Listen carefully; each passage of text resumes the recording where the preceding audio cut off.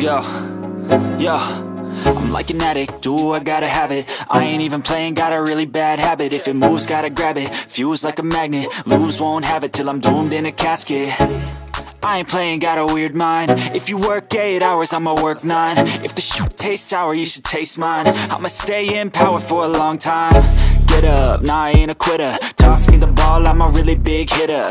Big picture, I'm a straight killer. Rising the song to the highest bidder. Got juice, got gas, I'ma move fast. New shoes, new tracks, like who's that? I'm new, come back, better than last. Yeah, it's a new me, never gonna look back.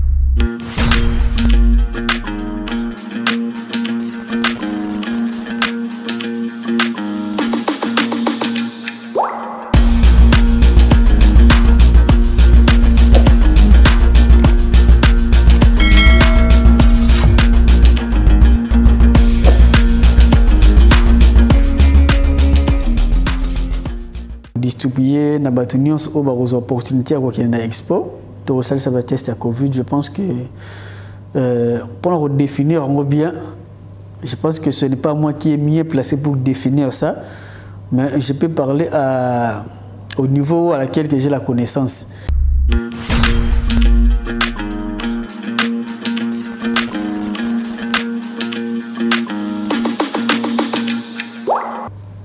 Mais c'est aussi ça la préoccupation par rapport à Gim, c'est comment il est modifié parce que même il ne se passe pas qui pour la Gim brusquement et puis quand il est bosso Gim ça va pas bête ici sans même annoncer qu'il y a un autre artiste congolais Azaroya Nassima accueilli public va bien qui a pas congolais de Vatican.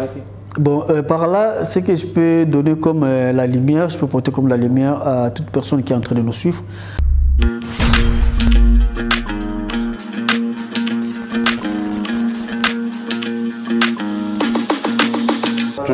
Est-ce que ça va me faire par Expo Dubaï Indé Salé qui est tout le monde, il fallait à Betsawa, tout le monde, Inosbi, Jibem Piana, Zaiko Langalanga, qui est bêta en cadre, comment on va dire Expo Dubaï, parce que c'était un festival, une soirée musicale. Mais est-ce qu'il y a un artiste ou un awa, à petit peu concert congolais, attends la boîte Moroboya Moukie.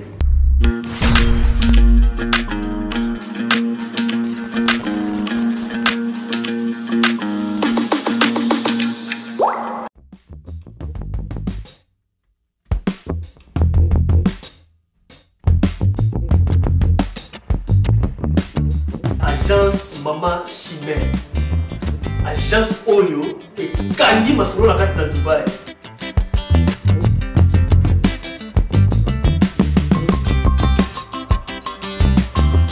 Cargo service, conteneur full et groupage.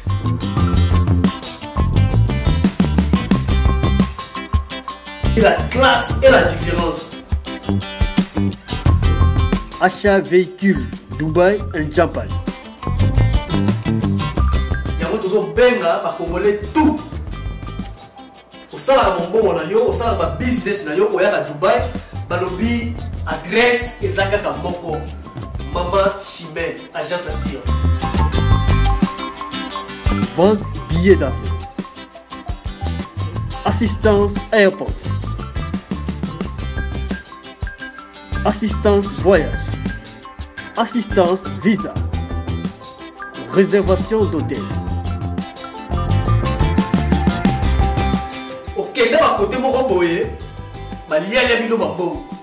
Mais balobi Mama Chimène a yé, na confiance, avec pour relever. Des fois, il nous se sent là qu'il est pas congolais, avec pour ranger en haut.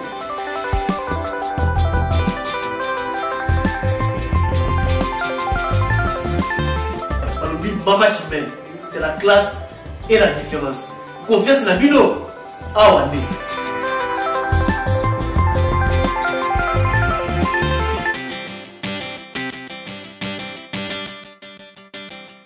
Un grand merci à tous les abonnés, aimables téléspectateurs. Vous nous suivez de partout. Bonjour, bonsoir, tout dépend de l'heure à laquelle vous êtes tombé sur cette vidéo qui sera une très bonne émission sûrement pour vous parce que comme j'aime bien le dire, l'émission de découverte ça nous permet, chaque fois nous sommes sur un sol, chaque fois nous sommes sur un ciel où chaque fois nous retrouvons dans un pays, il faut toujours comment ça se passe, les allures, les humeurs, les réalités et tout depuis un moment, vous avez constaté que nous sommes ici aux Émirats Arabes Unis, précisément à Dubaï, bien que nous ayons quand même arrivé à Roubaix, dans les Émirats, nous sommes vraiment basés ici à Dubaï, ce qui fait que et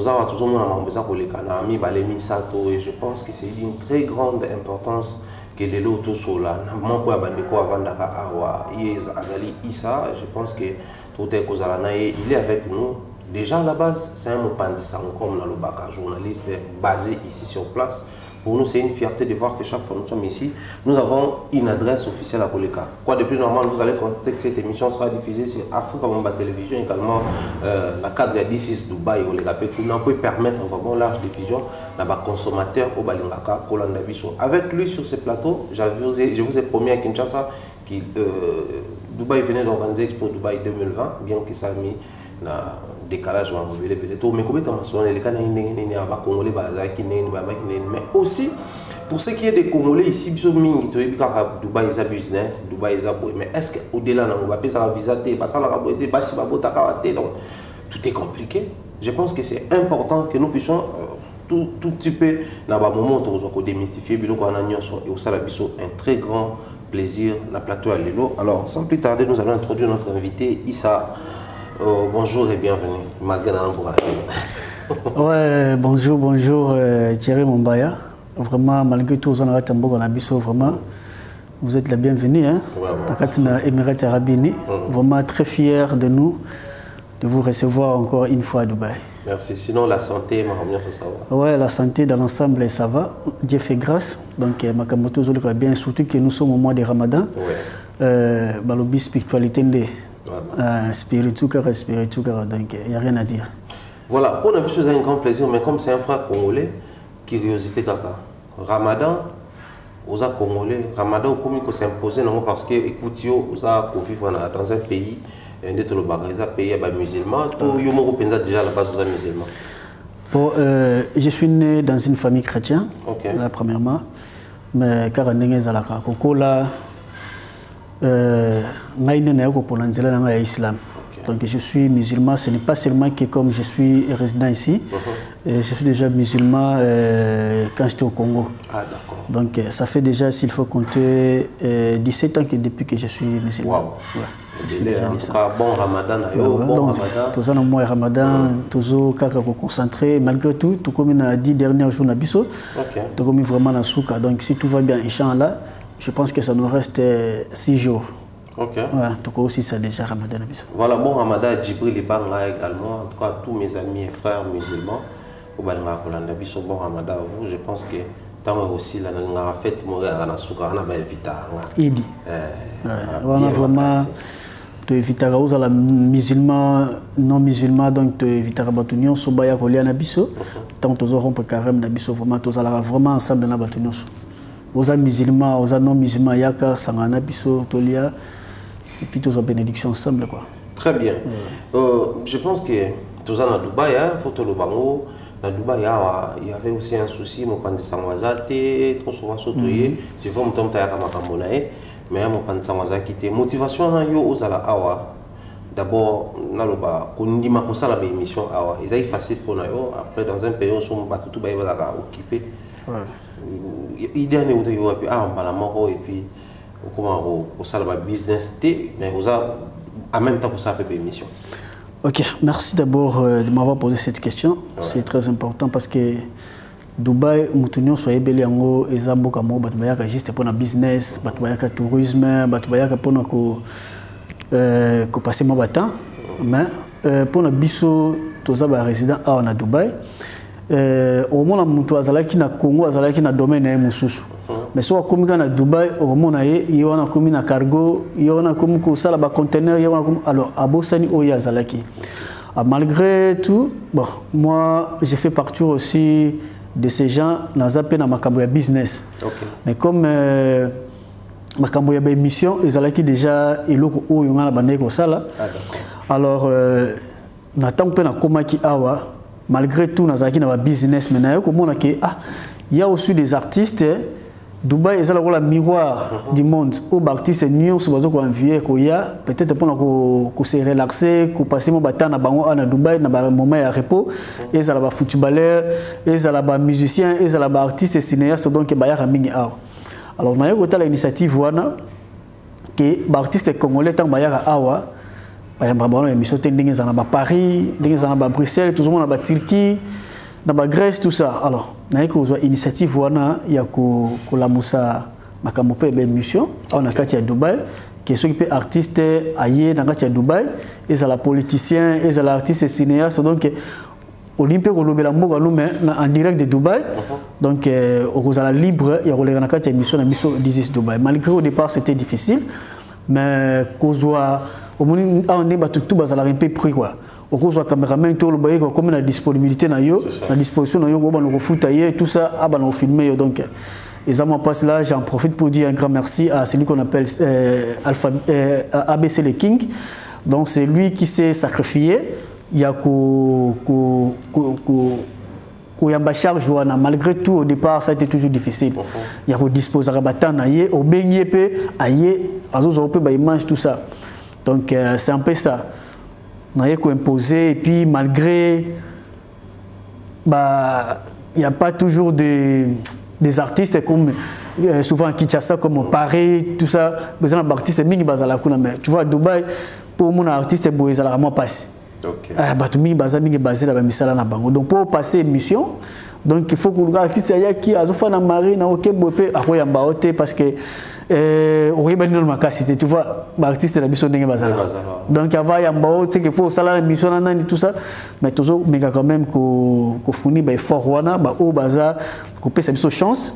Je pense que toujours, il y a un peu de mission à Bisso, toujours, en sorte que tout la Moussapé Dubaï, va comprendre qu'il y a Dubaï, il y a une émission où il y a 10 Dubaï et il y a un artiste, qui est artiste et nous, ce qu'il y a Dubaï, non, on a passé Chris Angoma, on a 10 Dubaï. Donc, c'est la seule adresse que nous avons ici aux Émirats Arabes Unis, qui est émission au Kaka Morotoza dans les Akara 10 Dubaï, présentée par Chris Angoma. Donc, jusqu'à là, dans Dubaï, vous avez Yomoko. Ouais.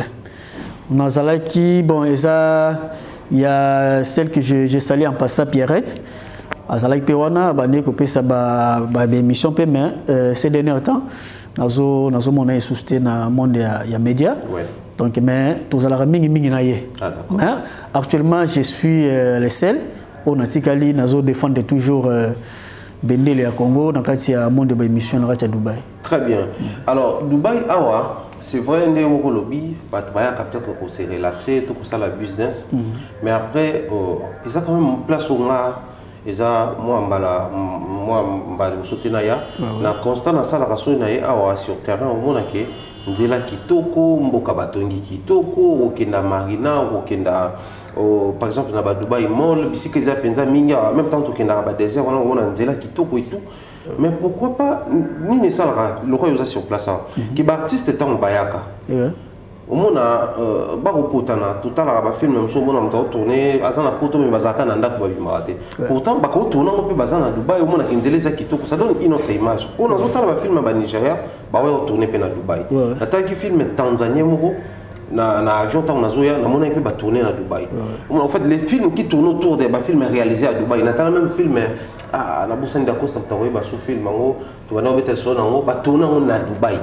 un grand film il y a Tom Cruise ba tourner à Tom Cruise na immeuble à Burj Khalifa voilà mais pourquoi pas les artistes congolais tant bazoya ba tourner est-ce que ça un problème où ils ont les kana pour na ba congolais empêchement mo ezalaka ba condition mo ezalaka pour muta tourner film attendez tout théâtre ndé biso to benga ngo pa na biso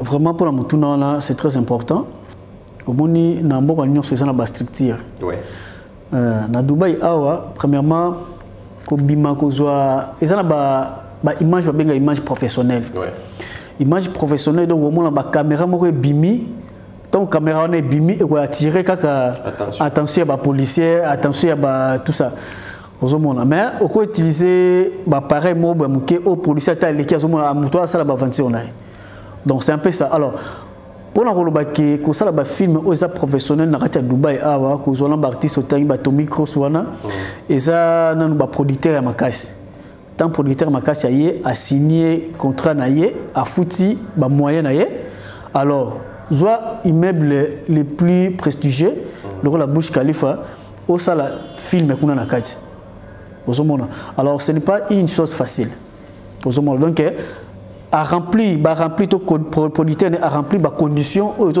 artistes nani acteur na bango a jouer kuna alors ceux qui ont dit tous les artistes nigériens, tous les artistes tanzaniens, ils jouer à Dubaï, c'est que ils remplir, ils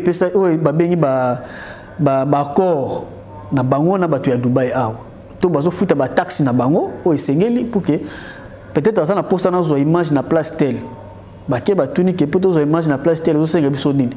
Ils ont senga biso boy ba fouti artiste na to acteur na ye ake ba jouer place wana a salini ba ke ba longoli tableau wana alors ce qui peut artiste to ils ont peut-être un artiste congolais aya ko sala ba biloko wana premièrement il y a un problème d'un producteur au moins ce qui producteur il y a bien azali alobi ke ngai na ke pour na produire groupe cinéma mo quelqu'un qui a Congo ba ya ana doit pe ba sala cinéma na bango comme il faut.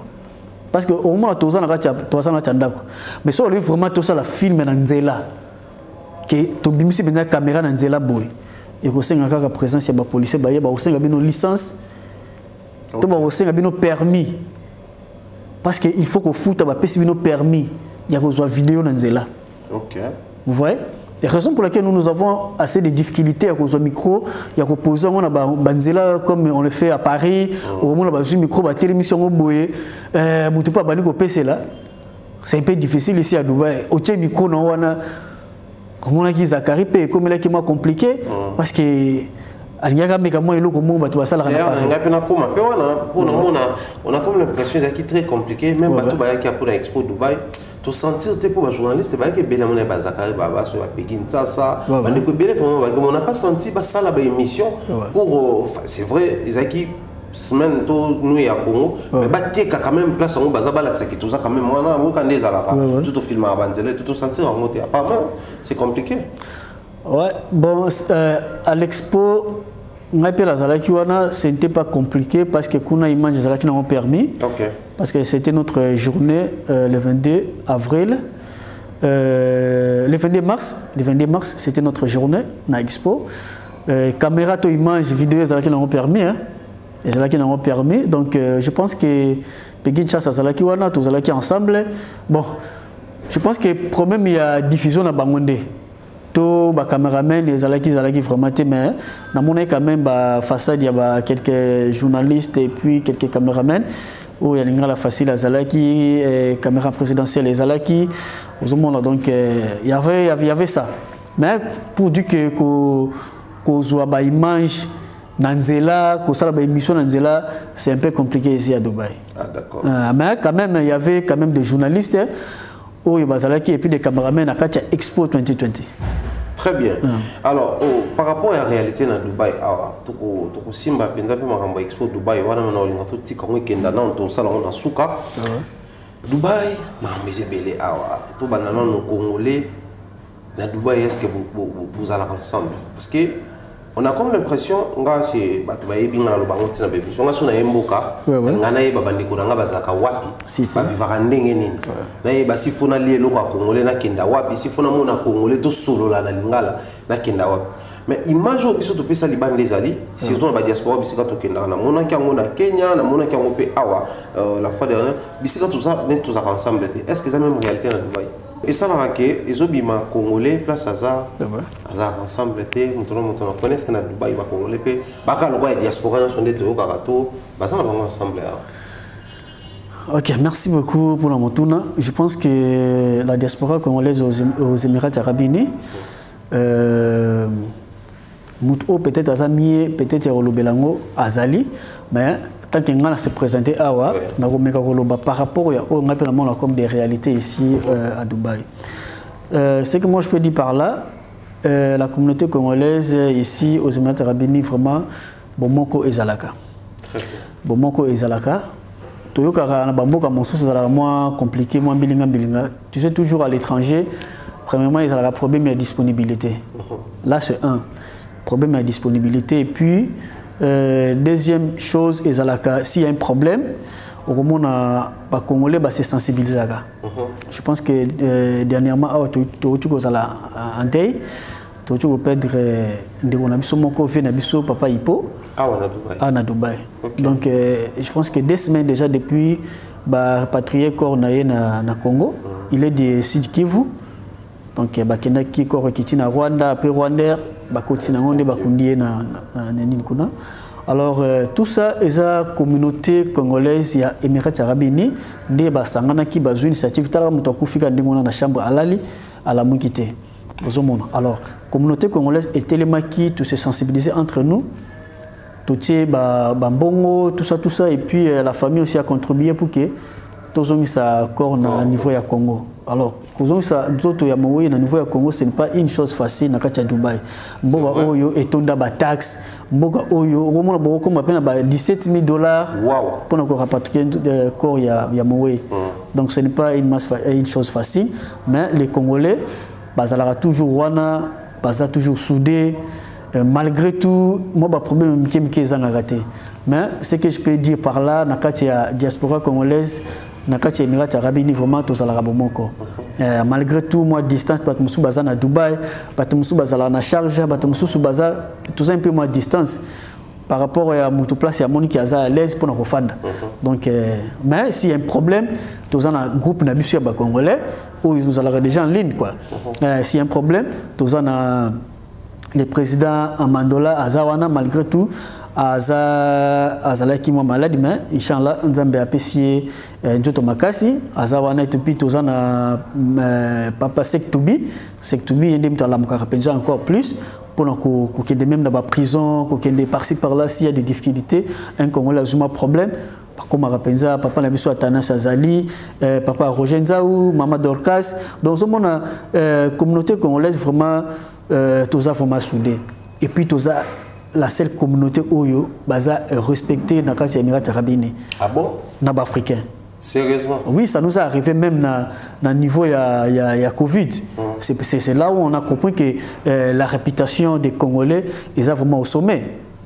Au sommet. Parce que tant qu'on a estimé que la réputation est au sommet pendant que l'image autopée ça va biso congolais il va déjà que à surtout côté place pour des ordres de quota tout même ça makambo au sommet ni ne ça la mangi pour beaucoup d'assurance voilà que Dubaï est ça l'exception c'est fond le babo bon na kati Dubaï tant bazo parler en africain aux hommes ba nigérien ba kenyan ba ougandais ba rwandais tout ça il y a une différence de nationalité ici dans kati Dubaï mais par rapport maintenant à comportement vous voyez un Congolais n'a pas qu'on cité particularité que ça que les Congolais a la meilleure au moment Congolais a la mingi na au monde na prostitution par exemple vous voyez aux gens qui Dubaï aux gens comment est-ce que ba fille ba binga batu nanjela massage des histoires comme ça il y a des Ougandais des Rwandais des Kenyans tout ça des Nigériens mais au côté au monde congolais c'était nanjela azobenga mutu massage très bien aux gens alors que batu ba yebika des Africains mais tant bazo mona que Congolais na kati on bazo trouver été alors au Kenya niveau ya ba misala ya awa vous voyez na niveau ya misala ya awa komona okuta pe ba Congolais mingi te oyo ba kenda koluka mingi ba misala ba Congolais baza batu ba créer ya ka emploi très bien osomona et puis ba Congolais baza batu o ba yaka ndi pona business okomona ba fina biso ba Congolais wana ba yaka omoni pe ayina mo 5000 na ye aye abandi ko sala ba cha na ye papa a vide aki alors bato ba telema na nzela wana ba Camerounais ba Nigériens tout ça ba telema po ba tambisa bato allez souvent ba kuta na mingi na ba Congolaise to na ba Congolais là je vous dis la plupart des gens qui viennent ici pour les achats et ça ba Congolaise na ba Congolais oyo komona même indien même pakistanais o ba membaranini comment yeko ko balingala même ba nigérien avant qui na côté na maison oui on a somba lo na biso ka mais mutongo pendant que on se démerder na pauvre anglais nanga soit na marchander prix pour capé 5 likolo OK déjà comme ça na prix na paie ça prix bien a paie lingala oui donc lingala est aussi comment au moni de plus en plus besoin recevoir ba commerçants congolais au besoin quand on a ba boutique na bango de temps à autre. Au moment ils ont facilité bango ko bapeli ngala parce que ba congolais baza ebele ce que otali ndenge ba uti ko pénaliser biso je pense que 2 mois si c'est 3 mois passés o ba kataki même ba vol ba bi congolais pe à côté mais malgré tout il y avait des vols camerounais, il y avait des vols rwandais, ougandais tout ça mais au moment marché exaté pour congolais zoyate au côté tout ça ba massa musu aza camerounais ça na maison mobo peut-être il y a quelqu'un tout ça au moment la zoyip sabino non ti eza boé ba vika ba congolais bazoyate ba congolais bazoyate donc na sali 3 semaines na tekete article mon côté wow donc pour vous dire que ba congolais ba yaka awa na Dubaï pour na business alors ba congolais pe o bazala na Dubaï awa ba congolais ba créer ba activité. Je pense que aux hommes JS JS Europe yeah donc ils ont des conabiso Gilles aux hommes si manayango congolais azaka ko créer d'emploi et puis azo ko embaucher aux ali ba nationalité mususu ba camerounais ba nigérien bazo sala pas ba congolais OK aux hommes donc et par là aussi na Covid so na bina zonga moi sima au moins parmi pays oyo ezongisaki batu et rapatriaki batu na mboka na ezaka Congo oyo epesaki ba avion na peuple na o ba fandi awa na Émirats Arabes ni bazonga na mboka na ezaka Congo mais makamwa biso to éviter biso information sur que les alliés congolais asundola ka batu likambo guerre au Covid batu bakangama ba pays musu ndetinda ba avion yo ça sur le contraire biso là je tiens à remercier le président de la République, Félix Antoine Tshisekedi. Na mai oya salaki, il a coupé sa mission des vols. Tozwa qui des vols oya qui kozoba congolais, kozo sa bango na mboka. Alors il y avait aussi des Nigériens qui habitaient au Congo. Il y avait aussi des Brazzavillois qui habitent au Congo, mais qui étaient ici. Ozomona. Alors, ba yaki to fongolé qui bango porte. Wow. Balobi boya bozonga na Congo parce que bofanda rande na Congo bayaki balelaki diaspora na biso efungula bango porte mais bazongisaki bango na kati ya Arabia awa balobaki te bino moyebo voyager ezate biso tozotala kaka passeport congolais résident na bino bozana résident congolais etali biso te biso totala passeport congolais donc c'était par là de bazongaki mais biso to fongolaki porte pour na mutu nyonso o afana na Congo sanini azonga et vous pouvez imaginer que diaspora congolais komaki na niveau même ya kenoko bunda na bandeko na biso oyo bazalaki na prison ya ko bimisa bango pour nini bazonga na Congo. Parce que catastrophe wana est un peu compliqué au monde. Donc c'est par là où même les Émirats ils ont compris que Congo est différent. Parce que na bamboka nyonso ezalaki ya mboka moko te tchaki ba avion pour que batu na bango bazonga. C'était les seuls, c'était le Congo. Oh tchaki avion que batu na bango pe bazongi. Batu nyonso na tikali. Et puis ça arrive un moment que initiative ya Eric Mandala ezalaki wana pona ko kabula moi quelque chose na ba maman na biso to ba papa na biso ba yaki na cadre business mais kawana izwaki bango ba fandaki na ba hôtel c'est ça vous voyez budget aussi là budget si la qui te monaki présence Eric Mandala yaki pe pona ko foutela ba to mususu pe bazalaki wana fouteli bango ba hôtel et puis ba bandeko ya ko distribuer moi quelque chose à manger chaque jour. Alors, naba Nigérien, naba Camerounais, babane ko zelo wa kolia. Wow. Parce que titan bazo ya ko distribuer moi elo wa kolia wana. Babane ta la nationalité te. OK. Tant ba koti na hôtel na bino boza na hôtel boye, ba koti balobi batuno so bazana boye ko zelo wa kolia. Tozopesa ba sachet ya kolia. Naba Camerounais ba sali même ba témoignage pour na ba Congolais.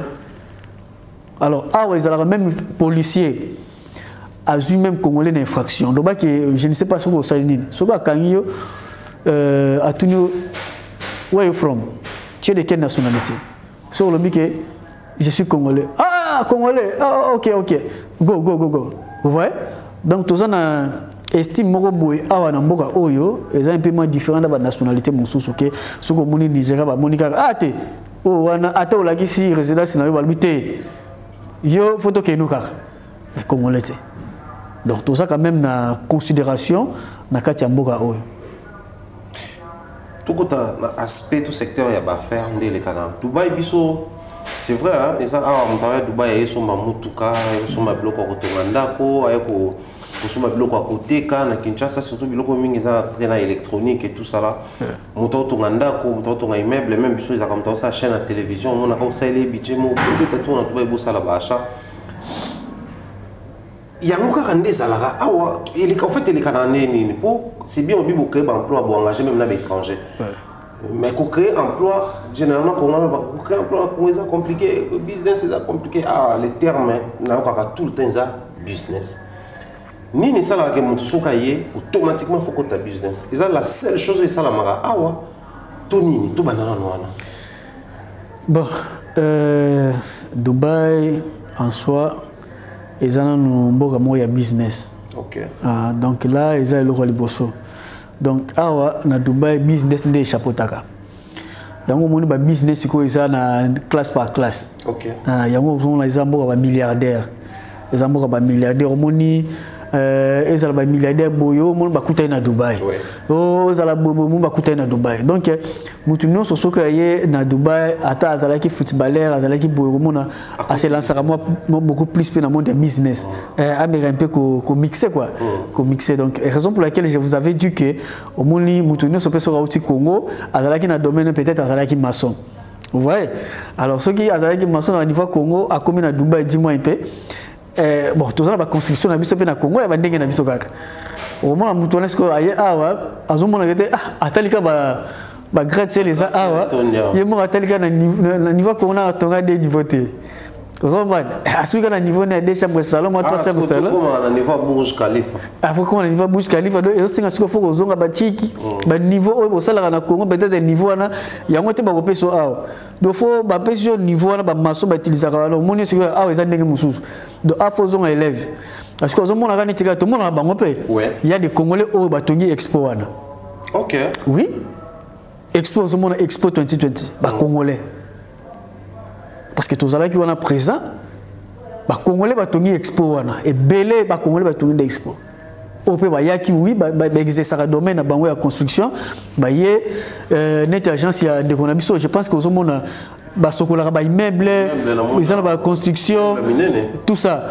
Basala kango. C'est na zomo na ba photo, ça ba photo ya misala ba. Ya misala basala. To ezuka ba photo na Google ati. Te, misala o basala ka penza yango, zomo na penza ba zui penza immeuble. Donc la bouche ya congolais, o musala ya congolais ya ndeko na biso Gilles Kumbu. Donc agence ne société ne yango azwaka pe ba congolais na niveau ya kin. Aye na bango awa apesi bango misala. Et puis ba congolais na bazo travailler ba se retrouver. Donc zomo na apesa pe misala na ba congolais te. Na ba pakistanais, na ba indien, na ba philippines, na ba to Bangladesh, na donc Gilles Kumbu asuki kaka wala te opesa ba Congolais apesa ka nationalité nyonso misala. Ozomona. Donc kosokola ba immeuble bu ba gratte-ciel bu nyonso wana na ezana ta agence na. Alors ba Congolais ba tongi pe expo ko sala ke namboka awa yo sala presque tout le monde tourne autour des activités business et tout. Mais une aussi préoccupation aux aléas. Est-ce facile que se lancer dans le business en awa pour les gens préfèrent s'installer, ça la activité. Mais pour nous on ça là on a beaucoup et puis pourquoi tu vas à l'aise dans le business? C'est une très bonne question parce qu'il y a beaucoup de gens qui se posent des questions aussi par rapport à ça. Dengue par là, Dubaï c'est un pays qui est beaucoup plus basé au business. Là, c'est un. Ce qui Dubaï est bani pour le business. Ouais. Et puis, il est bani pour disons le club à côté infrastructure, donc côté Mayamboka. Où tant aux autres membres de Namboka, ils ont senti que oui, ils sont à l'aise. Et puis, ils ont un peu et mettre à l'aise quoi. Donc, si vous êtes à Dubaï, ils sont à l'aise. Toute la criminalité, ils ont vraiment assez. OK. Donc, oui. Je pense que au temps de la 24 sur 24 heures, autour du monde, on a télévision, avec son téléphone, avec son abonnement.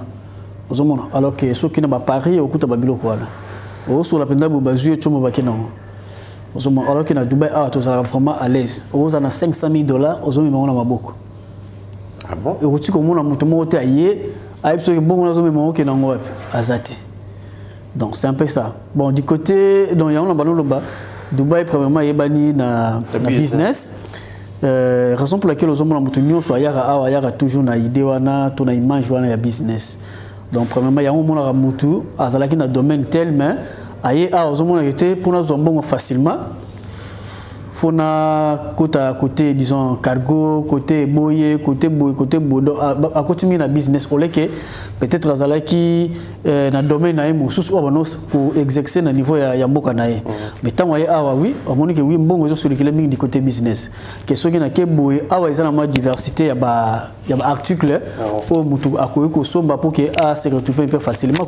Sur le côté quincaillerie, ils allaient sur le côté il y a pièces d'urgence, côté il y a vente, il y a véhicule.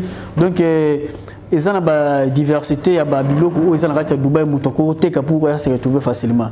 Et la raison pour laquelle vous voyez, il y a beaucoup de gens qui se lancent beaucoup plus dans les business. Mais rien n'empêche que nous avons aussi des Congolais, Oyo, implantés à Dubaï, dans le domaine de Belé. Créer une société na bango quand on a une société il y a une Gilles GS Europe Access donc JCRK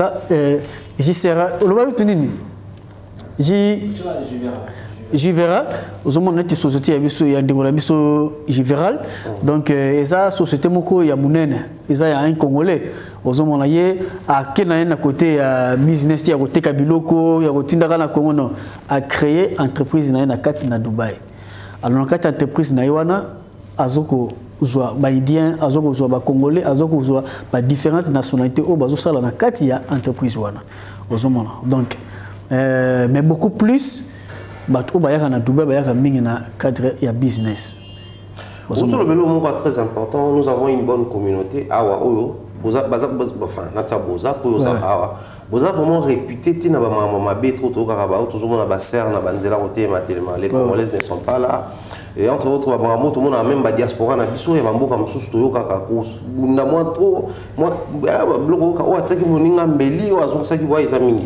mais tu peux me dire une question. Puisque nous avons par exemple, un business, une année, 5 ans, 10 ans, donc c'est quoi Bali, à Koufan Dakar, ce qu'on a les gens font comment?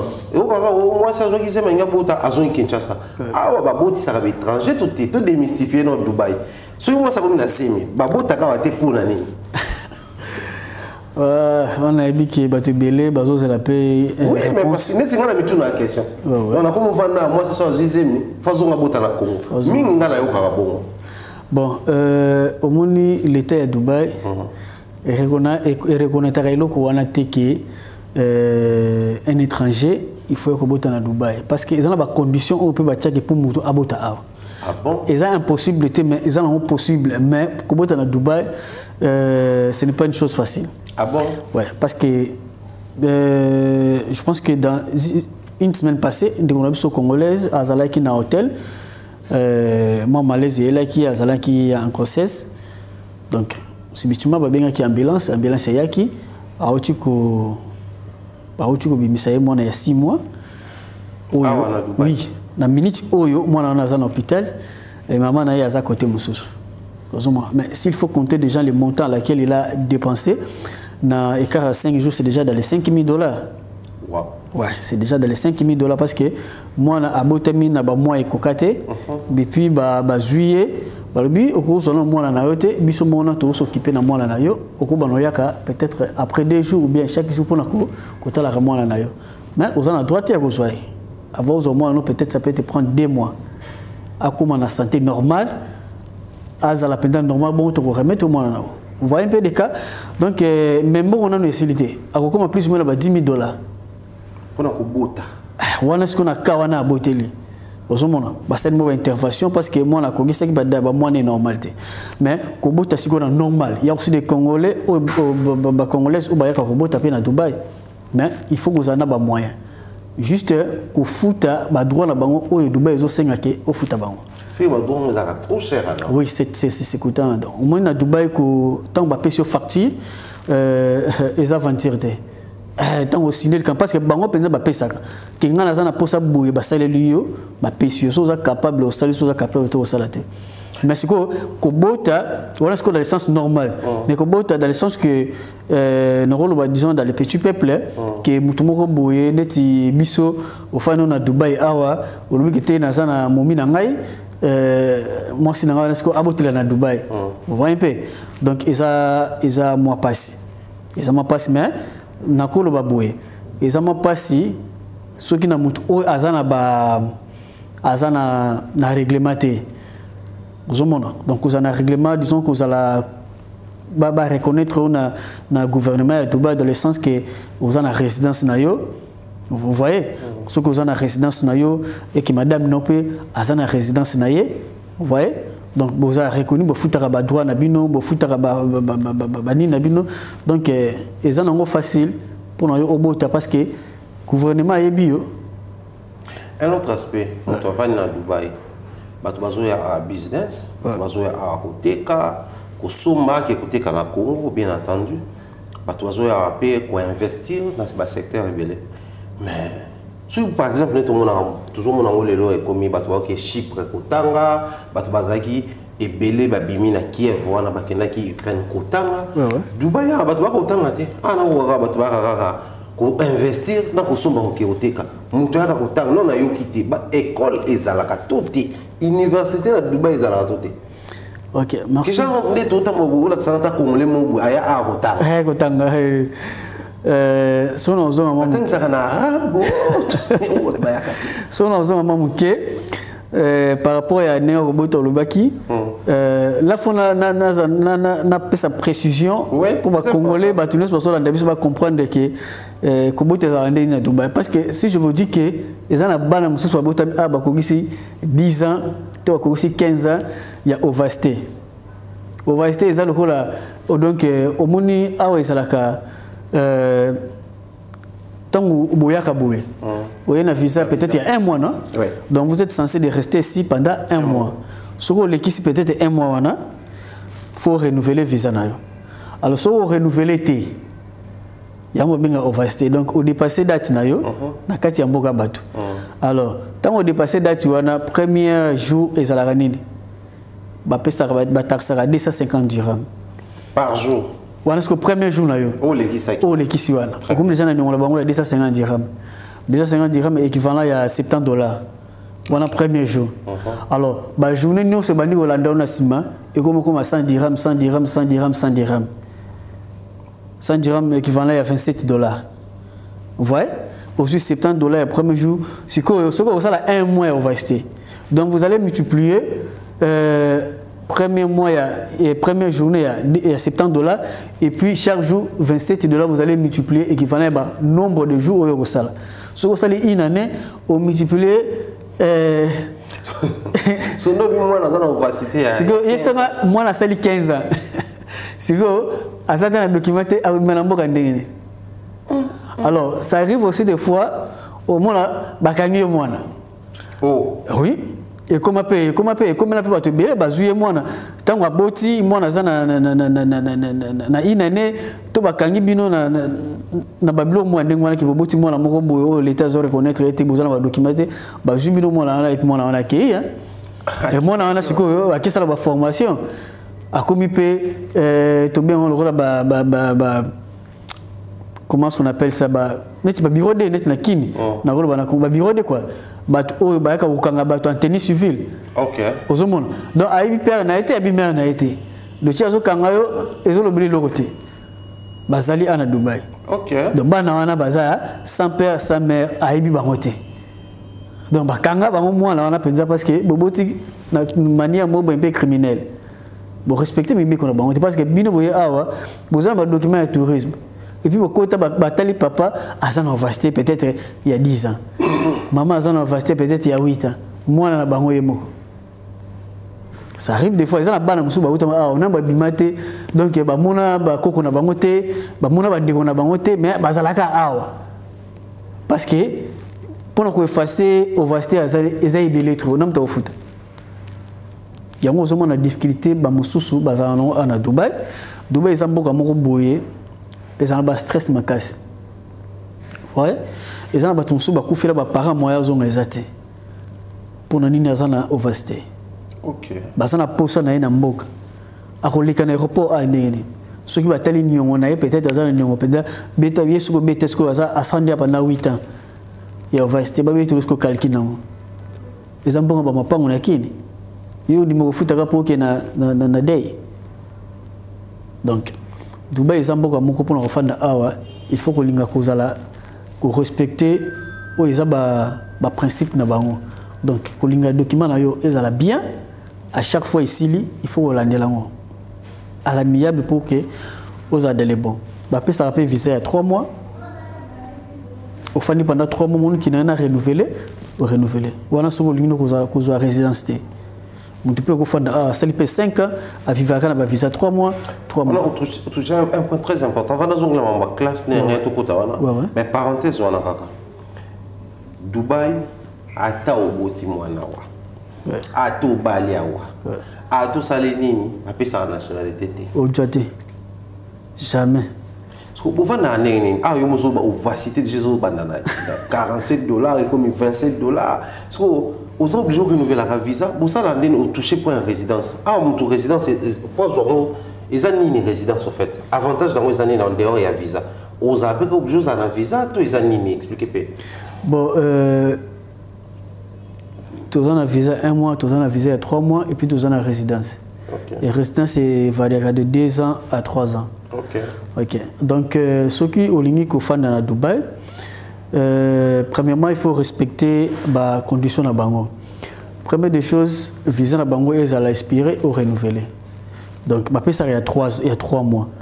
Si vous voyez qu'il y a 3 mois, aux fans nous avons soumis aux Zumbon au salissé résidence il y a 2 ans.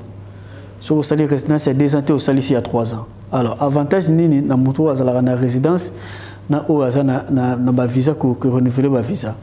Moto à la résidence a un avantage dans le sens que ce qui a créé peut-être moi petit business naie. Alors azana visa naie, azana résidence naie, peut-être il y a 3 mois, peut-être à sa partenaire, peut-être tout ça à sa partenaire na société mususu, il peut asa censé créer moi activité naie. Il y a une agence agence transfert, agence ni ba congolais pe o bazana ba résidence là-bas, on va créer pe moi ba petite entreprise par rapport à ba résidence au Azana. Donc, au Azana résidence, tu ne peux pas créer quelque chose ici. Donc, au Tika la Kaka, na ba vie wana kaka donc, sur une résidence, il y a accès, il y a aussi la moi activité moko boye au type combo na yo et puis pe au komiko bouger na moi avantage ezali oyo ba pesa kaka souvent ko zo pendako osomona ko zo ndako awa ezala système ba chèque. Donc, comment ça? Ouais. Faut un système de chèque. Ah, contre une année, ça fait 12 ans, 12 mois, plusieurs 12 mois. Ça peut-être 70 000 dirhams. L'équivalence en dollars. Ouais, 70 000 dirhams là, au cours divisant par 12. Tant qu'on divise par 12, alors, au cours ça peut-être 2 mois. Cela n'est pas la place où vous avez. Au ça 2 mois cash. Au ça 2 mois cash.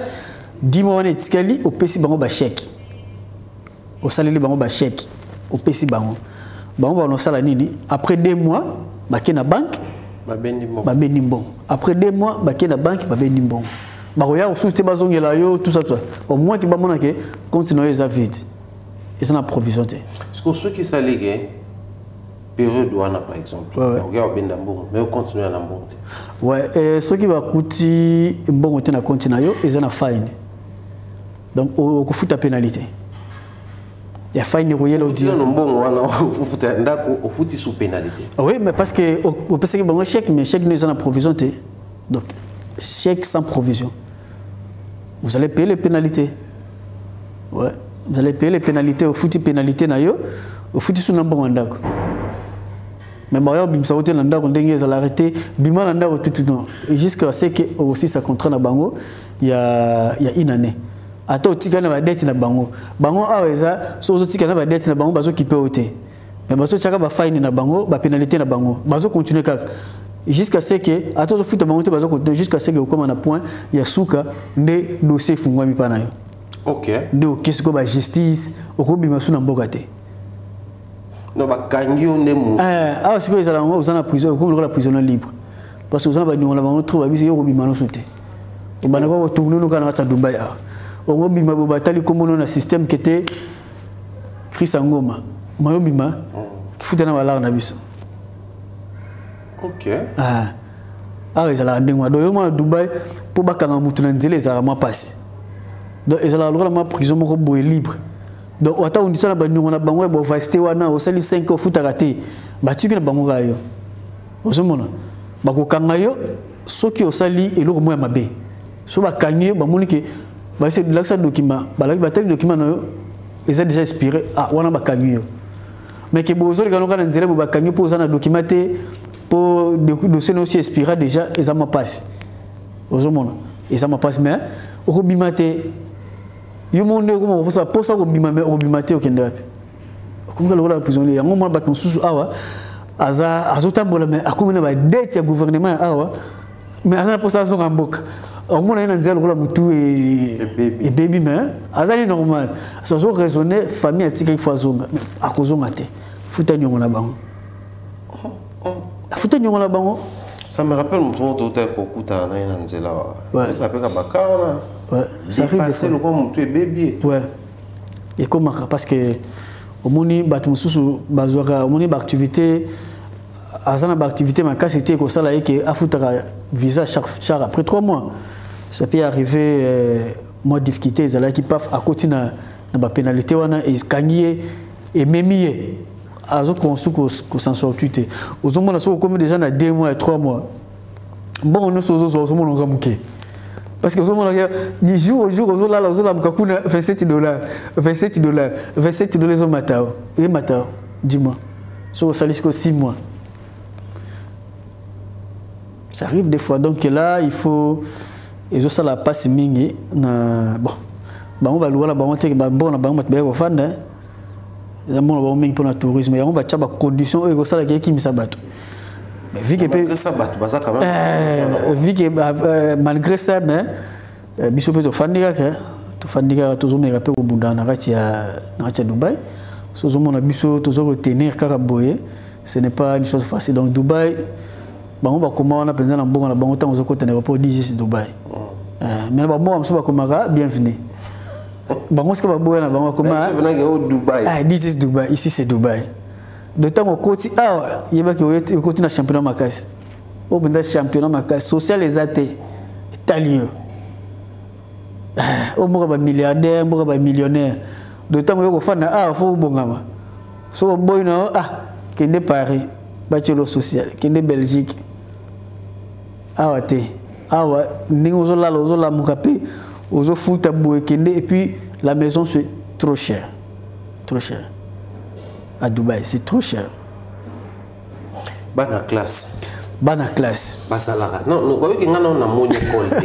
Nous avons une école qui enfin, nous avons une école dans la cité. Nous avons une école quand on a un désert. À côté, nous avons une paroisse Sainte-Marie, c'est catholique, tout ça. Les orthodoxes. Les catholiques orthodoxes. Ok, nous avons une école d'aviation, nous avons tout ça. Mais apparemment, dans la classe, donc il faut que vous simbaye. Na dera hawa na zole kana mo na classe. Non na mona te. Ba tu tanga kana mbuka ngoto te. Bana ba bébé bazo sala business to ndengene. C'est une très bonne question aussi parce que tu belepe ba pozanga ba mituna wana.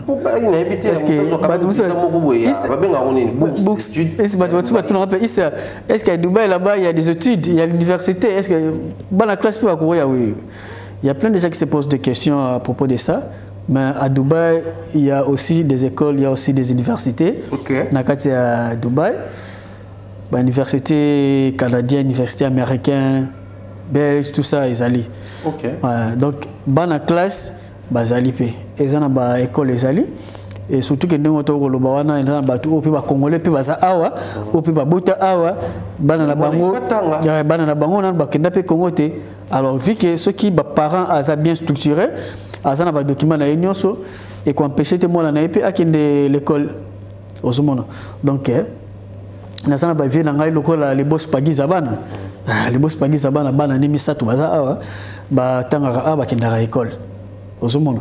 Donc non vraiment basé belé surtout la diaspora na biso ba encadrer na biso baza kuna ba papa Toubi ba mama Doka tout ça donc et belé baza na bana bango ah batanga rapé ah mais sauf que au moment té zamo différent pas na biso au moment que moi na outi école zo beta makolo papa beta kati okuta facilement quoi mais ah wande ezala différent na frère oyo zo futa wana na kati nango bata na mbongo bis donc transport na ye ya toute une année donc bis et les caraming à ce que bis et les caraba 5 heures ok na 5 heures wana Dubaï za ma passe pour mon mutazo la 22 heures ba tola la caraming ah ba 4 heures ba 3 heures alors que pour la mgana 5 heures wana au mona mutazo kende bana classe ba kende classe za ma passe yo ko la mga ba 10 heures parce que souvent ba bureau fongola ba 9h30 ba 9h ba 10 heures yo ti tango la mga ba 7h wana ba 8h wana pour se préparer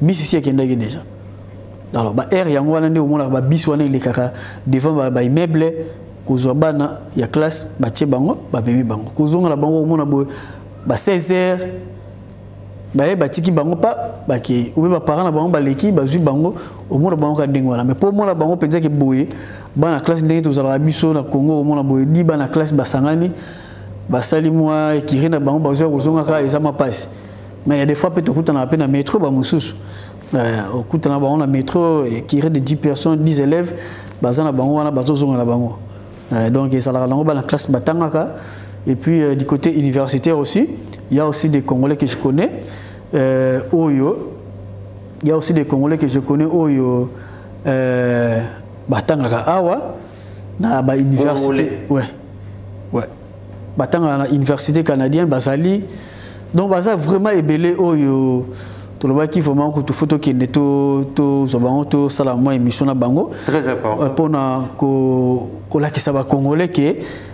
Dubaï et suki karaté pour na business donc côté études aussi il y en a et puis ba études moko boya bien au sommet na bana batanga net bana batanga université canadien il y a des fois ba kendaka vacances na bango na Canada. Grâce à l'université, celle qui est possibilité au bac et vacances. Oui, bac Canada. Procédure de la université, ah ouais, la kasoko yé, bah au côté au salle inscription mais aux an visa tourisme. Là c'est un et puis de deux, ceux qui na année il y a préparation préparatif. Ceux qui année wana aux bandesco peut-être G1 wana aux résidence na yo. OK. Ouais. Donc est-ce possible que ça soit une inscription na visa et tourisme ou bani pe otanga na yo au fur et à mesure au salle CP résidence na yo aux makamono pe nyonso. Très bien. Au sala OK au facilité OK au suipe na carte université on OK pe vacances na yo na Canada to na États-Unis d'Amérique par rapport à ba document au ba pe ça yo na université. Super, je pense que côté on est important de démystifier pour tout ce qui est un aspect, tout qui est un aspect, mais est-ce que maintenant on a quelqu'un qui est dans la région qui est Kambango, il arrive en fait les Congolais ne sont pas tout fait la compatriote, on est dans le syndicat de Kolo. Communauté peut garder quand même penser mon pièce genre beaucoup est-ce que votre n'a pas visiter place de Congolais Koufa tout karatika madame na awa est-ce que enfin nangana ba comment est-ce que communauté ezalaka et vivra les camo et comme là ndeko na bango congolais ah bon pour le syndicat de Kolo comme les camo et quoi qui est celle qui vraiment pas si ou choka qui tout le monde quoi donc celle qui vraiment passe les gens se posent des questions batumsusu babimisa le rôle là c'est comme s'il était piégé bon du côté sa femme donc babilo moi ndengwa la main et ça la biso ba congolais surtout pas si na biso pe tozala ki aba présent tant que akufela ki na Dubaï et ça là qui vraiment pas mingi ko mona ki place wana mutako kufate Dubaï a vraiment ba veillera surtout na biloko wana mais comment la ki mutu akufi bon nyonso nzamba cha mutu teke akufela liwa bo akufela liwa bo donc nyonso tout eza liwa oko comprendre te place mukebo mutako kufate mais akufi donc et ça là qui biso vraiment pas si et je crois que les Congolais kobungisa mutu munene wana oyo bane pe ko défendre mboka abane ko luba makambo ya bien pour na ko soutenir pe o ezali ba politiciens congolais mais peut-être ça la biso vraiment passe. Mais toutefois pour nous visiter place où il y a Koufela, oui, il y a des Congolais oyo bakendara déjà et surtout pour la diaspora na biso bakendaki ko tala pe place wana comment est-ce que tout ça s'est passé malgré ngana na zui tawana tema eza déjà na ba Congolais oyo bazwa opportunité ya kokende kuna. Très bien. Alors Dubaï venait d'organiser Expo Dubaï 2020. L'Expo Dubaï, je pense que tout le monde qui est semaine africaine, tout le monde qui peut date qui bon consacré pour la République démocratique du Congo. Je pense que la vérité, en ce qui concerne Expo Dubaï, c'est important tout sur la route. Tout le monde a un aspect musical côté ça fait moi polémique moi Gim ça robet avant Inos bi comme abet farabet après Alexis avant Inos bi na souka tout le monde a quand même prestation à papa il y a Zaiko la malanga Venioche également papa Chéri Jibem Piana nanyo sonné les kanaka ambiance zala indeni na ina luba nanu na musique te mais na ba Congolais bazalaka est-ce que ba Congolais bazaki motivé pe ya okenda kuna to zala ki genre que le mozo ça ma soir ils ba Congolais pena ba ya en masse quoi tout le monde a ba Congolais ba ndaku ba ozo ba taxi ba ok kuna pour du côté motivation Congolais c'est ça qui est vraiment positif parce que ba Congolais baza peuple moko oyo denka na lobaki biso awa tozala trop unis tozala vraiment unis tolinga quitté parce que au moniteur on a la présence de chef de l'État au on a mingi na ba expo kuna alors derrière au biso tozali et sa place oyo presque ba africain ba linga mi ko fanda alors il y a chaque fois comme on appelle ba Nigérien a bango président bango ko ya tout le monde a ba motivation wana oui bon na expo alors tout le monde appelle ba Nigérien na derrière awa comment est-ce que bazo se motiver ba lati ba polo tout ça alors biso pe na tourna biso quand même photo là ça quand même volonté wana ba Congolais vraiment ya diaspora ba musu ba utaki Abu Dhabi Baoutaki Sharjah, Baoutaki Alain, donc Bissopé à Dubaï, tout ça, qui vraiment tout ça qui a masse. Et puis il y avait des Congolais au Baya qui n'a cadre business, Baloba qui on peut barotique à la cimaté quand même.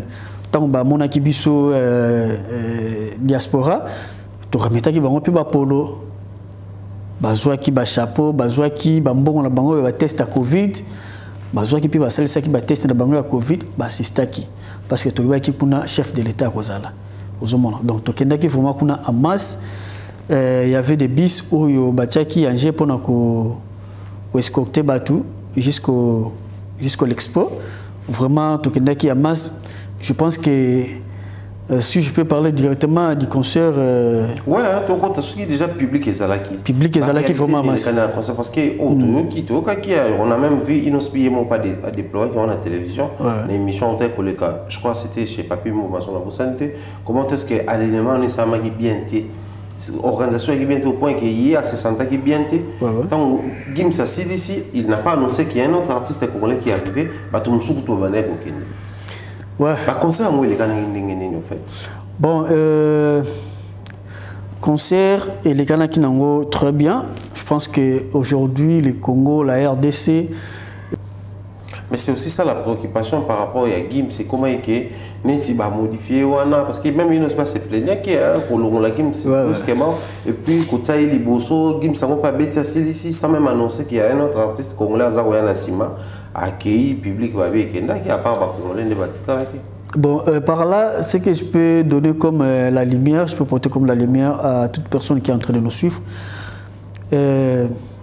Problème, il y a changement, on est salé Gims, Azala qui n'a programme naïa vol et comment qui déjà après. Donc il fallait un vol juste après. Ouais. Tant naïa vol naïa et comment qui vous m'approche. Alors mon avis, ce qui va passer Inosbi habita avant Gims et au ça en sorte que Gims peut-être habite les sous-soutés à rejoindre le vol naïa à Kende. Donc raison pour laquelle on a essayé quand même de modifier ça.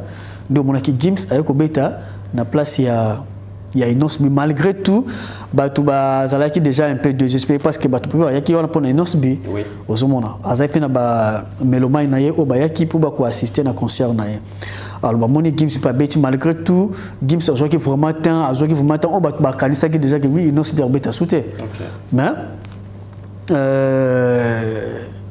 surprise que ça les matériaux comme on a combat et non subi et bimiwana et puis le président de la République Fatih Beto ou azalaki wana pona ba artiste nyonso tout le monde qui met Gims à silisi ko beta concert na tout le monde qui président de la République a kenda kité azalaki wana toujours kozela oyo artiste ya suka oyo robeta de tout le monde qui présence ya inos bi malgré tout bato comme qui déjà na point de départ parce que capacité artistique et tout charme oyo ezala na maître Gims bato basanta qui yango déjà à silisi na donc to kenabiso mais les gens l'idée tant yaki à qui je félicite aussi parce que nous sommes là pour faire la fierté de la musique congolaise et puis à nos artistes congolais aux hommes artistes inosbi ayaki pe azongi saki bato bakanisa qui était concert ezali sousté bien concert c'est to robeta li sousté bato bakendaki bazongi inosbi à côté sur le sous ambiance a memi miso ti na suka ambiance. Donc, je pense que Moutounio Azalaki vraiment satisfait. Qui vraiment assisté. Je pense que donc il y avait vraiment le monde où Bayaki wana pour assister na Bisso parce que Bayebi journée congolaise ndenge zalaka. Bayebi musique congolaise ndenge zalaka. Je pense que toute l'Afrique au Bazalaki wana du côté Europe, Bazalaki wana vraiment Tozalaki mix. Donc Tozalaki vraiment mix ya ba nationalité au Bazalaki wana. Donc c'était vraiment une ambiance là, vraiment très magnifique. Et raison pour laquelle les gens qui ont certifié, ils ont payé ce titre, il y a meilleur stand, il y a Diaspora, il y a Expo 2020. Très bien. Alors, je pense que tout à l'heure, à Tobaï, Nigeria, comment est-ce qu'il va motiver dans le quartier, tant que le président de Bangazoya, tout en Expo Dubaï. Mais avant tout, tu as une chute, parce que tu as une émission. Mais à un moment donné aussi, il fallait venir de passer ici, je crois, soirée africaine, expo. Les Congolais, qui sont avant tout étrangers, parce que les Congolais sont fanatiques, moi-même, diaspora. Mais les Congolais, la soirée pour les comptes africains, parce qu'il y a Congo, il y a pour les Africains. Comment on a dit, compatriotes, on a bino par aux Alawana, à représenter l'Afrique, mais bino non bana au bout de cinéma belemo. Et les Canadiens. Parce qu'on a le président à la guitare. Le président à la guitare. Les problèmes qu'il a, c'est quoi? Au Moni, il y a des fois des artistes, tant qu'on a vu que place où ils ont des décollations, il faut qu'on ait la peine à ensemble. Aux hommes, qu'on ait la peine ensemble, qu'on s'ala et l'eau qu'on s'ala qui va assister. Vous voyez? Donc, moi, ce que je peux dire par là, tout le monde a artiste, je peux pas taper un concert où on a présence à Congolais. Pour l'année, parce qu'ils sont intéressés dans la diaspora. Vous voyez, donc c'est un peu différent, ce sont les différents des cas. Là, il faut les dire. Très bien. Parce que, au moins, il a fallu pour Bayo à Dubaï, mais on ne sait pas qu'il fallait pour Bayo ici. Mais ce n'est pas le cas avec Davido. Davido, moi j'étais à l'aéroport, j'ai vu Davido. Comment est-ce que Davido n'a célébrité à Zalango? Mais au monde de l'aéroport, à la type polo na ye ba nigérien ba ye aye donc ozomona bango na VIP abimi normal. OK. Mais moi je me posais des questions, on a Davido tonan. C'est Davido abimi boy pas akutane pena ba limousine yo zele libanda. Et puis Hollande pe libanda akutane Davido pe wana ba développer na bango na ba nigérien. C'est parce que à l'étranger on a ba ndeko na ye. A ça la bango minene était. C'est ça que nous déplorons à nos artistes congolais. Oyo aza bon azotala oyo azali osala pas étranger mais pas bandeko na ote. C'est ça qui fait en sorte que on appelle artiste moko ayaki awa ole ka kuta na diaspora alukata diaspora akuta na diaspora te. Peut-être a commis ça ba nationalité moussous peut-être batunaye quoi. Mais à quel wana vous la chalerete. Vous voyez un peu. C'est ça le grand problème. Qui se passe ici à Dubaï.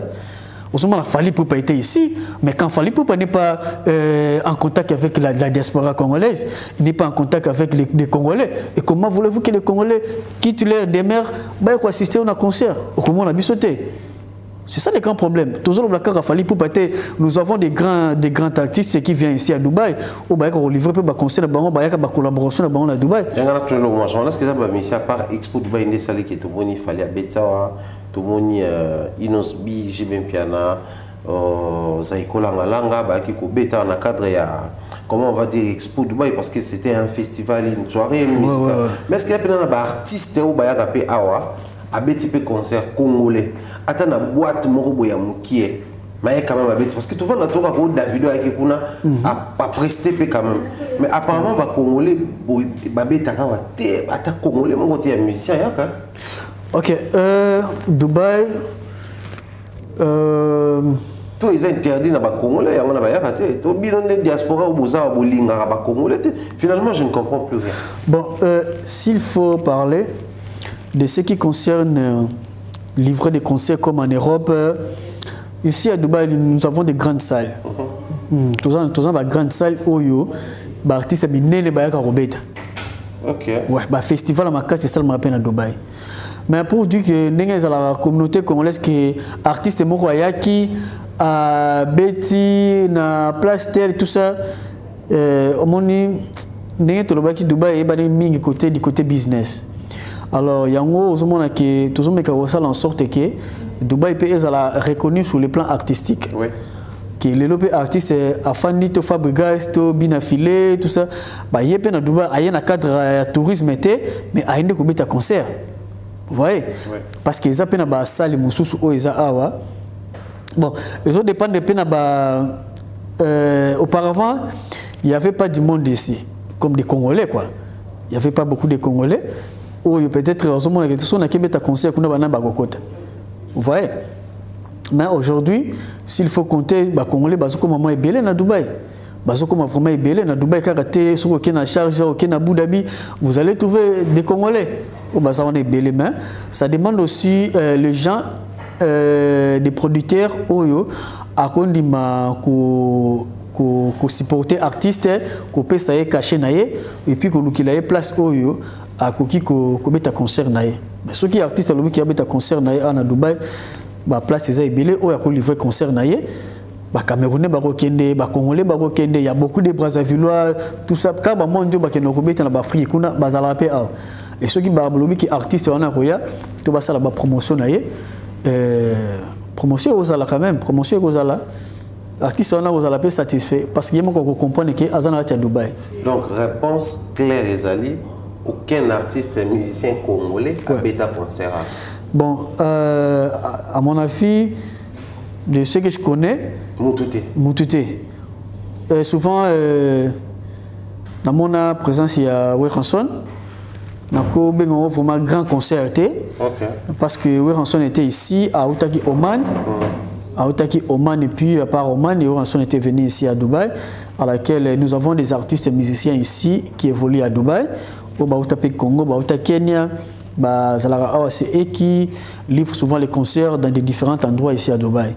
Aux hommes, nuit, concert, Famonson que j'ai sali, Famonson, donc et puis mon frère Christian, Mangituku, donc ils ont livre concert à Dubaï. Alors bazala qui ensemble accompagné avec Weranson, où Weranson matin na podium na bango pe à livre qui habitaki mo banzembo quoi. Et à part ça, là, j'ai Ongana Ebi. Nayamba pe Guest Fabulous. Guest Fabulous. Surtout, il y a le Barantel, Bossol, il y a Mongo. Le Bossol, il y a Mongo, ah, on a un concert, toi, il y a gagné. Pourquoi un concert à Dubaï? On a comme l'impression qu'on Congolais a un concert. Contrairement à l'anglophone, c'est ça, l'anglophone, il y a quand même. Il y a un Diamond Platinum. Oui, il y a un concert. Oui, et puis là, Guest Fabulous. Azalape a Bakenda. Oui, mais Kobeta concert, on est sincère na plateau pour vendre. Bon, Kobeta concert, disons là le concert, les qui, comment est-ce qu'on appelle ça le karaoké, playback quoi. Hein? Beta playback. Les qui na Fortune Pulse. Azalaki wana vraiment il y avait de monde, monde pendant Azalaki Guest Fabulous, au pendant à Sanisa qui ba congolais. Donc autour à la source bah il y a une cadre concert quoi mais Guest Fabulous on a mon appui Weranson et à part ça il y a toujours d'adjou Aza Gims Aza bon cadre vacances quoi parce que ceux qui va petit concert tout le monde là-haut hein bah tout le blanc nous bangote parce que bon bah évoluera du côté Paris mais parlons des musiciens qui évoluent au Congo Kuzoba Fabregas, Richie Watanabe, Kuzobani. Bon, je ne sais pas si on a un problème de producteurs ici au Bako ben ça bango baya Dubaï Bako beta ba concert ou bien bango monde peut-être ba penser arrêter Bako ça la Bako beta ba concert bango à Dubaï. Très bien. Ça. Nous tendons tout doucement vers la fin de cette émission. Laissez-moi dire comme ça un grand merci en tout cas à tous les amis qui sont ici. Je pense comme ça à Yannick Pangui, King Yann Bolingi na PC Mbote, je pense comme ça à Herman Ngumba Nji. Je pense à Sam Samantha, en tout cas, tout à Dubaï, Awa, Mbote Belé, Joe Bassouli, Joseph, je pense à Ed, mon petit, en tout cas, toute la famille qui est ici, Mbote également, dire bien de bonnes choses à Bernard Chamala. Je venais d'ailleurs d'être avec Nadine Mayo, Nadine de tous les temps ici à Dubaï, avec notre nièce chérie Uziel. À l'occasion de son anniversaire, nous étions là avec Dacosta Moukina, Joseph Bassouli. C'était à Marina un moment très merveilleux. Également, nous dédions en tout cas cette émission à Bato Toualingalongo qui m'appelle le Vanda Naginchasa Wana Zelanga Naboya. Ça ne bouge pas à Kinshasa Nazaboya. Et dire en tout cas toute la team, il y a bien de choses à Mireille Flore. Je suis là, on est en train de tourner, toujours une activité. Ça fait un grand plaisir. Issa. Question d'ambassade. Est-ce que vous avez une ambassade à Doula et tout ça? Oui. Faut que ça pose donc ça. Coach, pardon, ça pose donc ça. Faut la montage n'est pas signé ça. Alors, tout le monde qui est dans le souka comme dans Zavoloba. Na vanagi na tant mambo expo ici. Ya bing bing moi batu na awa na batu soli na ba voice pour na makasa ba voice. Ouais. Na tout une question mo. Tant ba pesa ba réponse, ma moro, c'est moi Félix José que zonga na mutu. Ah bon? Je sais bon $100 à Kabola, mais ça combien? Yo tout le baba Nigeria, ceux qui vont moi présent za oya ba sangana ba kenda. Bino attend facha pesa ki bino mo toyoki. Si on a une information besoin toyoki. Facha pesa ki par personne oya ki na expo Dubaï. Par personne, ba pesa ki bango $50. En dehors ya mbongo le test Covid. Ba pesa ki bino $50 par personne. Mais au ça que mbongo on a placé koya ki na maboko. Nous avons $25 par personne. Et puis, $25 à l'étranger, on a un test Covid, on a qui sont dirhams, et après, on a un business. On a un pour pas possible. Ni les gens qui ont $20 à Dubaï. Et puis, ça m'a battu Dubaï, neto, somme mon beau pesa na qui nous taille Dubaï. Nous avons dans Dubaï, tu bien cher, et qui t'ici binotal on a niveau mon roseau il était. Ni les canards qui en fait. Bon, attends, ça là, mon bon, mais bon, il y a papa, il est là. Vous n'avez $20. Ouais, attends, ça là, mon bon, mon père, ils ont toujours dans Valende, attends, moi, ça là, mon bon, mais bon, mon bal, il est là.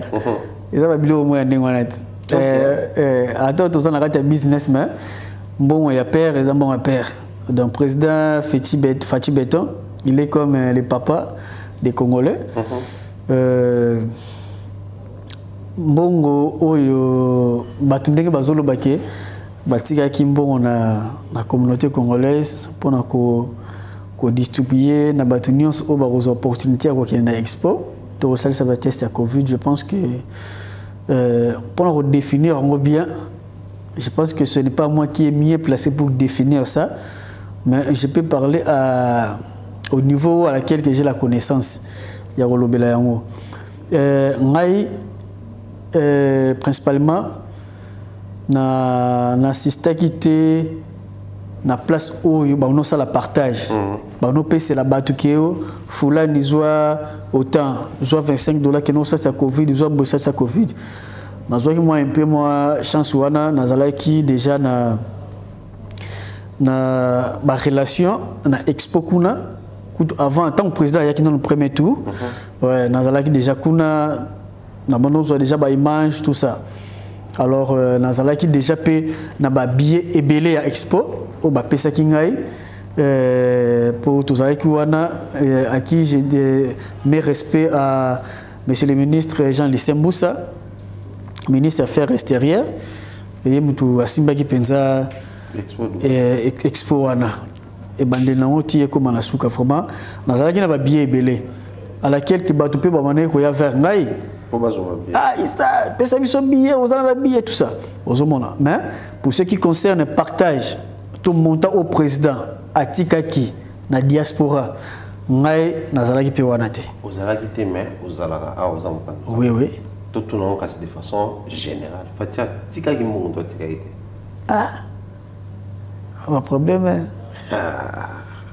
wana eza ba problème soigner wana ka bata Kenya eva la mbuta na oya Kenya eva la mbuta na zo na Nairobi wana badamela la président tika kuna susu to monaki ba police ba koti makambo ba police te nazo comprendre donc fatia soka lega tiki mbongo minu bo bimisa désordre na sima est-ce que pendant na Dubaï tika kila combien d'hésitations parfois comme on regarde tene ba Dubaï déjà moi ba producer ezalaka nango kuna mwana tika na la rezati yango tika na Kenya au moins c'est question oyo mutu mokanda libino tu au moins mutu biso na kinto ki batika ki mbongo iko na maboko mutu monda ameli batu c'est question oyo ya makambo otika mbongo siko mutu ko répondre bien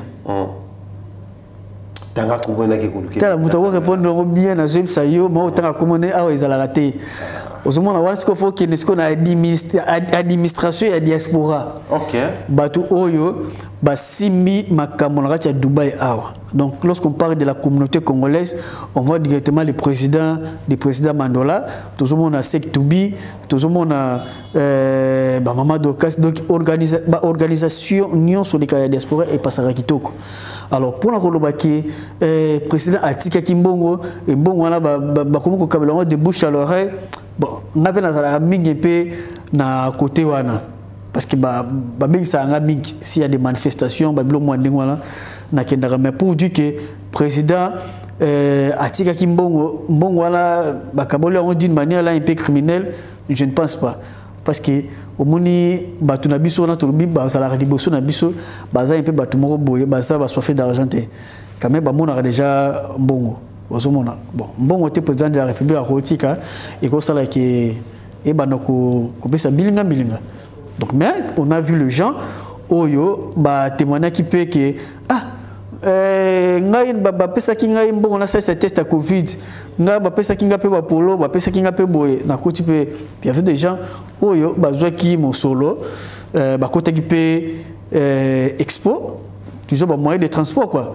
bon je ne peux pas déterminer que c'était ça l'argent que le président a laissé ou bien je ne sais pas ba organisation ya carte vraiment la kota au profondeur vraiment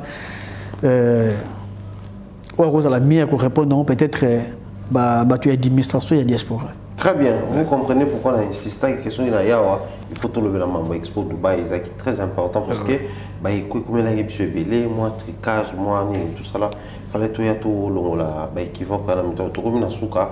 Mais en fait, Fatih Béton, je pense qu'il y a déjà un bami balé sur la santé. On a Expo, on a vu entretien à la Bakonzambo Kapé. Ah ouais, on a ça fait tant comment qui président. Je me rappelle en 2018, j'étais ici dans mon équipé.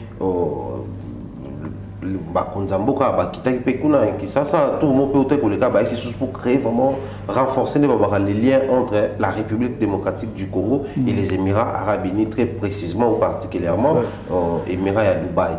Mais les logos est-ce que vous avez déjà tout ça déjà dans l'ambassade awa soki likambo s'il faut neti boye inda ki wa Covid ba tumingi bakuma okima na ambassade ta bango soki en fait bo suka kandengeni ambassade soki ezali na ba fine wana na ba mama renouveler bo ça la nini soki situation par exemple passeport et bungi s'il faut ça la passeport mususu mingi ba kenda na service à ambassade est-ce que tout ça déjà dans l'ambassade awa ou pas? Ouais, très bonne question et ça parmi les soucis le peuple congolais, toute diaspora congolaise na Dubaï à Zalango, disons na Dubaï Dubaï tenera Émirats arabes unis.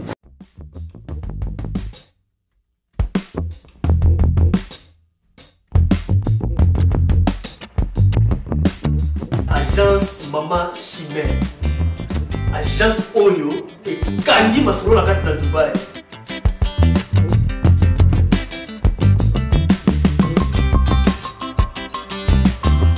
Cargo service, conteneur full et groupage.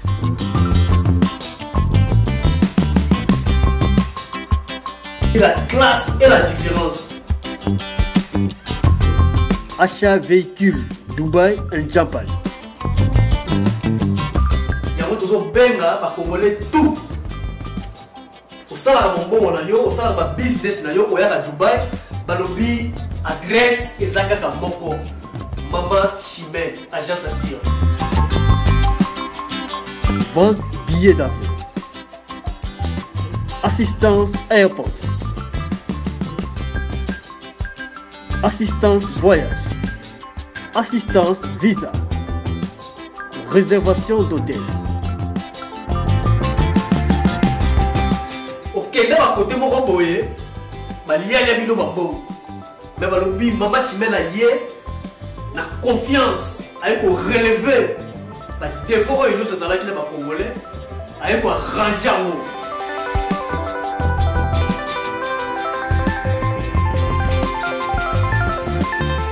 balobi Maman Chimène c'est la classe et la différence confiance na bino awande.